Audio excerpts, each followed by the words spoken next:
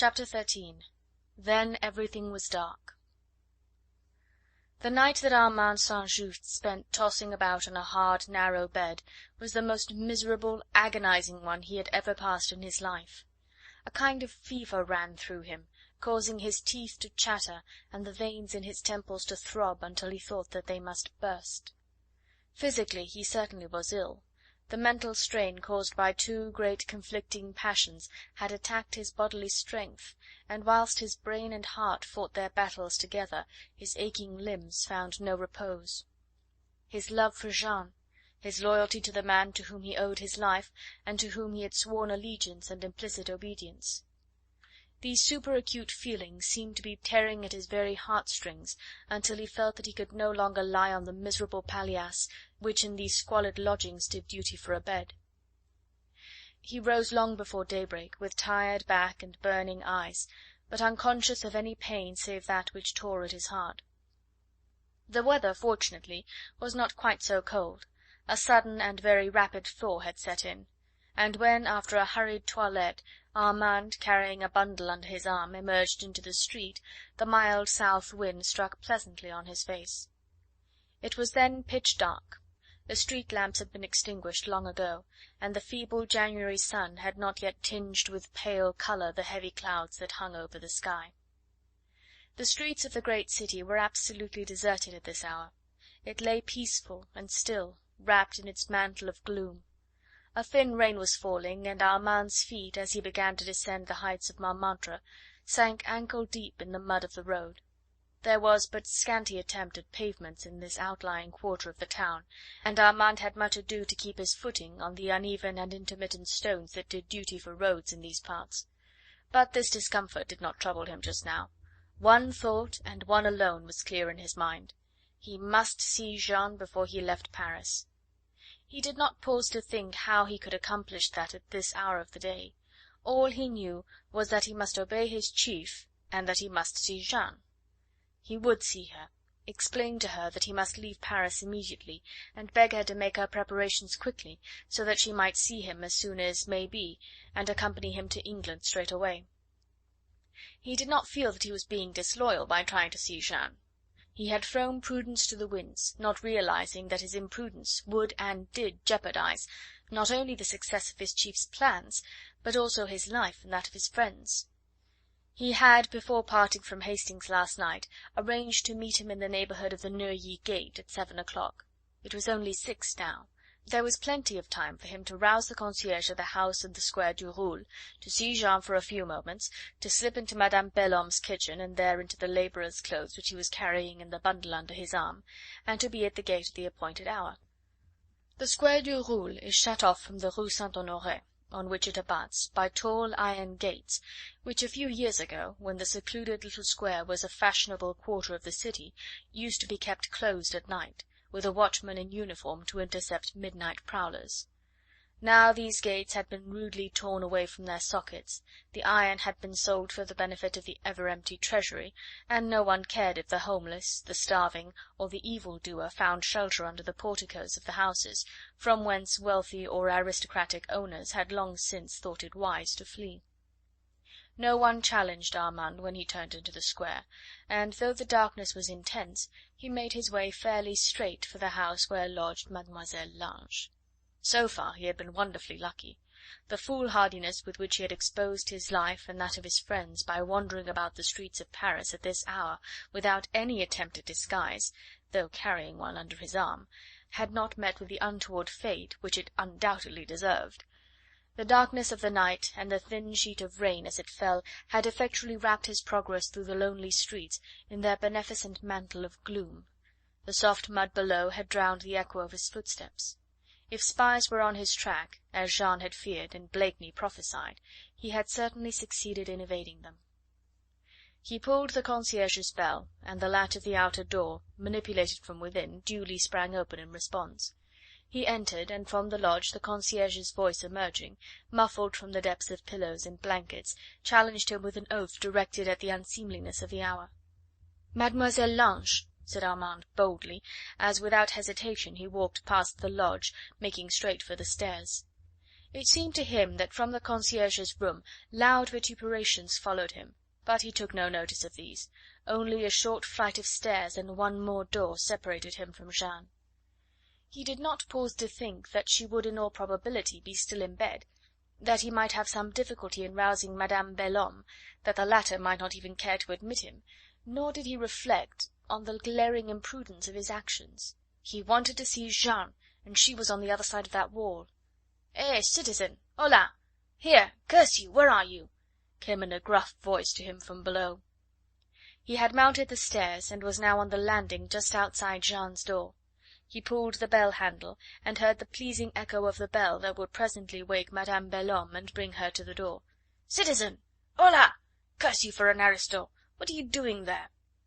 The concierge, a stout elderly man, wrapped in a blanket, his feet thrust in slippers, and carrying a guttering tallow candle, had appeared upon the landing. He held the candle up so that its feeble flickering rays fell on Armand's pale face, and on the damp cloak which fell away from his shoulders. "What are you doing there?" reiterated the concierge with another oath from his prolific vocabulary. "As you see, citizen," replied Armand politely, "I am ringing Mademoiselle Lange's front door bell." "At this hour of the morning?" queried the man with a sneer. "I desire to see her." "Then you have come to the wrong house, citizen," said the concierge with a rude laugh. "The wrong house? What do you mean?" stammered Armand, a little bewildered. "She is not here, quoi," retorted the concierge, who now turned deliberately on his heel.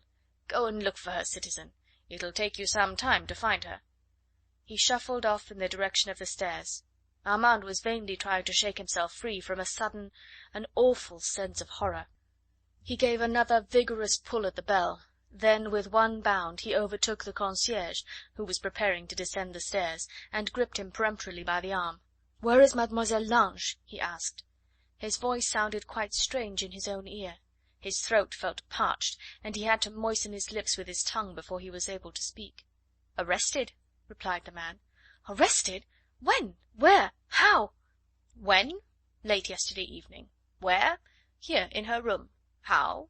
By the agents of the Committee of General Security. She and the old woman. Basta, that's all I know. Now I am going back to bed, and you clear out of the house. You're making a disturbance, and I shall be reprimanded. I ask you, is this a decent time for rousing honest patriots out of their morning sleep?" He shook his arm free from Armand's grasp, and once more began to descend. Armand stood on the landing like a man who has been stunned by a blow on the head. His limbs were paralysed. He could not for the moment have moved or spoken if his life had depended on a sign or a word. His brain was reeling, and he had to steady himself with his hand against the wall, or he would have fallen headlong on the floor. He had lived in a whirl of excitement for the past 24 hours. His nerves during that time had been kept at straining point. Passion, joy, happiness, deadly danger, and moral fights had worn his mental endurance threadbare. Want of proper food and a sleepless night had almost thrown his physical balance out of gear. This blow came at a moment when he was least able to bear it. Jeanne had been arrested. Jeanne was in the hands of those brutes whom he, Armand, had regarded yesterday with insurmountable loathing. Jeanne was in prison. She was arrested, she would be tried, condemned, and all because of him. The thought was so awful that it brought him to the verge of mania. He watched as in a dream the form of the concierge shuffling his way down the oak staircase. His portly figure assumed gargantuan proportions. The candle which he carried looked like the dancing flames of hell, through which grinning faces, hideous and contortioned, mocked at him and leered. Then suddenly everything was dark. The light had disappeared round the bend of the stairs. Grinning faces and ghoulish visions vanished. He saw only Jeanne, his dainty, exquisite Jeanne, in the hands of those brutes. He saw her as he had seen a year and a half ago the victims of those bloodthirsty wretches being dragged before a tribunal that was but a mockery of justice. He heard the quick interrogatory and the responses from her perfect lips, that exquisite voice of hers veiled by tones of anguish. He heard the condemnation, the rattle of the tumbril on the ill-paved streets, saw her there with hands clasped together, her eyes... Great God, he was really going mad. Like a wild creature driven forth, he started to run down the stairs, past the concierge, who was just entering his lodge, and who now turned in surly anger to watch this man running away like a lunatic or a fool, out by the front door and into the street. In a moment he was out of the little square. Then, like a hunted hare, he still ran down the Rue St. Honore, along its narrow, interminable length. His hat had fallen from his head, his hair was wild all round his face, the rain weighted the cloak upon his shoulders, but still he ran. His feet made no noise on the muddy pavement. He ran on and on, his elbows pressed to his sides, panting, quivering, intent but upon one thing, the goal which he had set himself to reach. Jeanne was arrested. He did not know where to look for her, but he did know whither he wanted to go now as swiftly as his legs would carry him. It was still dark, but Armand St. Just was a born Parisian, and he knew every inch of this quarter, where he and Marguerite had years ago lived. Down the Rue St. Honore he had reached the bottom of the interminably long street at last.